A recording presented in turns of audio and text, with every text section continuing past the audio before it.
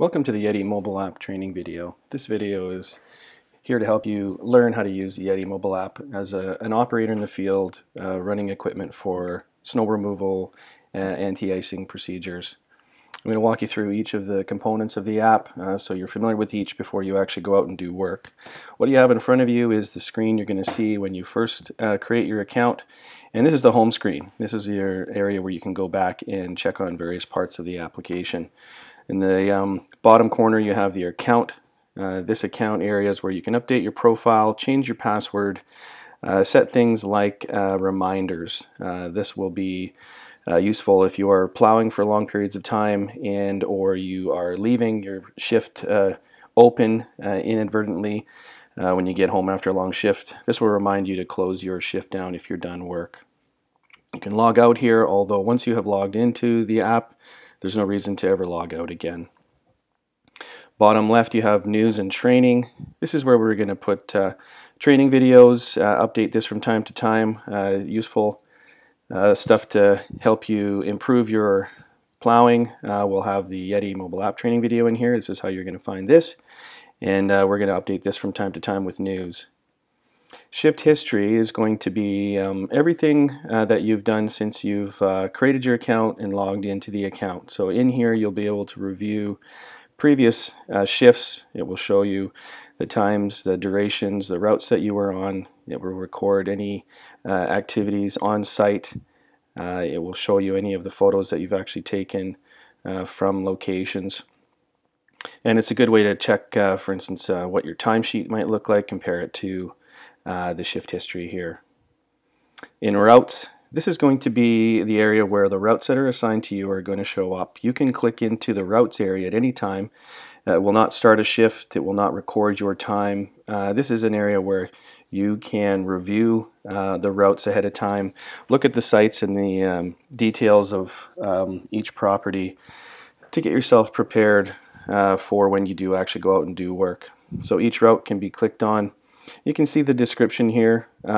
This is the name, plow route 1, lot plow, who's assigned to it. These are notes that are put in there by your operations staff to help you understand what the work entails. There's a list of sites in this route. They're organized in a sequence by operations to help you either reduce drive times or prioritize sites that need to be completed first. You are typically crews run through the list from top to bottom, but there's no restrictions on that. You can run from the bottom to the top, or you can start in the middle as directed by maybe your supervisor if things change based on weather or other priorities. But a typical scenario will start with the first site. Again, we're just looking at this route, but I can click into a site. I can see the site maps that are created for this location. I can zoom in if I just pinch the screen. I can slide my finger from side to side, and I can get a good idea of what this site looks like. Now you may have one site map in here, you may have 10. It really depends on your company and how many maps that they have here. You also have the address, and there's a little map icon beside the address. You can click anywhere in that area and it will let you open up your driving directions. So whether it's Google Maps or Apple Maps, by clicking on that address, it will launch your navigation app. If at any point I want to return back to the other screen, the home screen, there's just 3 bars at the top corner there. I can click on that, or I can click on the back button. The 3 bars will slide that screen in from the side at any point. So I've reviewed that route, gone back out of there. Top right hand corner I have messages. These are messages that are sent from the dispatch. At this point they are one-way messages, so they might be a broadcast to you or multiple crew members about updates in terms of what's happening with an event. They might just be information that's being sent to you. Dispatch does see when that message has been read, and these messages will happen in the background even if you're not on a shift. If you are logged into the app and it's in the background, you'll still receive these messages. You can close that screen down and get to the main screen again. So now we're going to start a shift. We're going to be out going to do some work, so we're going to start shift. I'm going to click that button in the top corner. It's now going to ask me for a few pieces of information. One is it's going to ask me for my crew. Now I can just set myself up as the crew, or I can add other crew members if I'm taking somebody else along with me, or multiple people. This allows you to track time and services performed by multiple crew members. It also provides you with the contact information for any of these other crew members if it's provided in the if it's logged into YETI. But I'm just going to record time for myself. Now it's going to ask me for what equipment I have. Now this is not necessarily equipment that you're going to use on every site. This is an indication of just what you have with you. I'm going to choose 350. Now I can choose multiple pieces of equipment if I want, but at this point it's just me in the one plow truck. I'm going to click next. Now I've got my route list again. This time you can see I'm on a shift. The top corner there, my time is being tracked here. The other thing that is happening is as I click start shift, I am providing GPS information to dispatch. So dispatch can now see me on the map. They know my movements through the shift, and it will help them in planning resources and looking at the overall picture for the event that's unfolding. I'm going to click that plow route. Returns me to this screen here again. I'm going to start this route, so I'm going to click the start route. I now have a route timer. It's going to record me for how long this route takes. And I can see the site list again. On the right side there, there's a little completed, and as I complete these sites, it's going to update with the completed information. I'm going to go ahead and click McDonald's, and I'm going to start that site. You can see there I've got some notes here. So the notes tell me what if there's a gate code, for instance, on this site, or some other special instructions start in the back. Again, this is anything that your operations thinks is important for you to know to help you get the work done quickly. So again, I have the map icon. I can get driving directions using that. Now this site is asking me for detailed information from that location. So weather observations. So in this case, I'm going to observe what the weather looks like. Snow. It does record temperature from a closest weather station.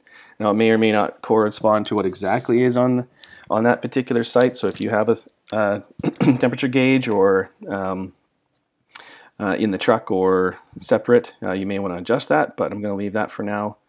It's now asking me for a snow depth.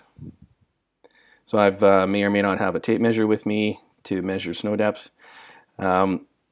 Each site, for a site that requires photos like this, it's going to ask you to take at least one photo before and one photo after. Now I can take photos out of order.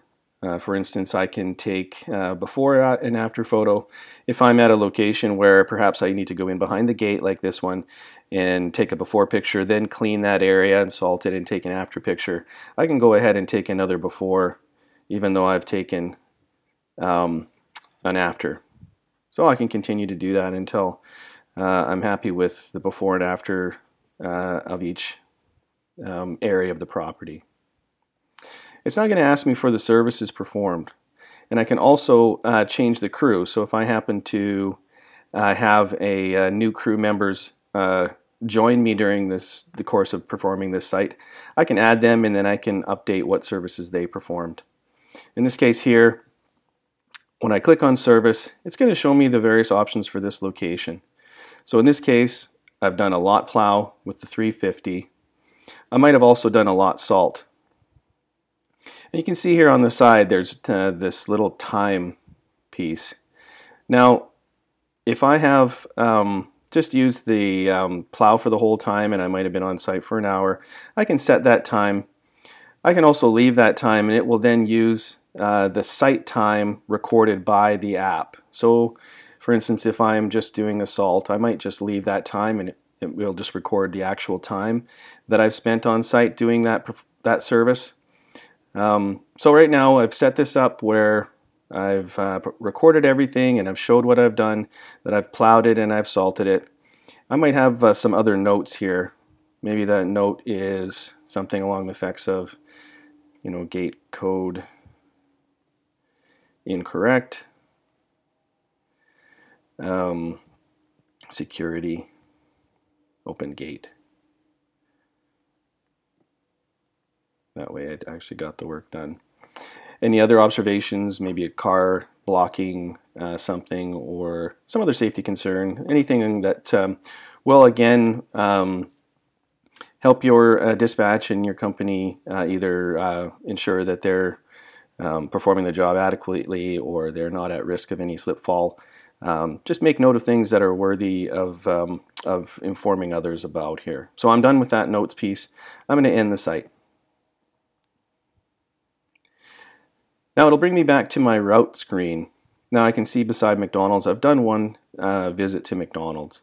I can now click on the Best Buy, or I can click on Home Depot or Save On, and I can perform the same steps through each of those locations. If, for instance, I need to stay at McDonald's and perform services again, I can simply click on the McDonald's and do it a second time. So there's no limitation as to the order or the number of visits that you can perform at each location. So I'm not going to click through each one of those. It's pretty straightforward. Again, if I needed to go back to my main page, I would use the 3 bars at the top. But here I am. I'm done that site. I'm going to complete my route. Now I'm finished this route. I've done everything on that list. I'm going to hit End Route. And at this point, I'm going to go, yes, I'm done with my route. Now it's going to bring me back to the route screen. So in some cases, you may be performing multiple routes. You may have to jump out of a route and do another route based on, again, an event. But let's say I'm completed my work for the night. So I'm going to hit End Shift here. Now I'm back to my main screen. And in this case, this is how the mobile application will sit until you decide to jump back in again and perform more work. That shift will again be in here in your shift history. It will show you, for instance, the time that you were on the particular shift. It'll show you the site that you performed. And it'll show you all the photos and things that you took there and the services you performed.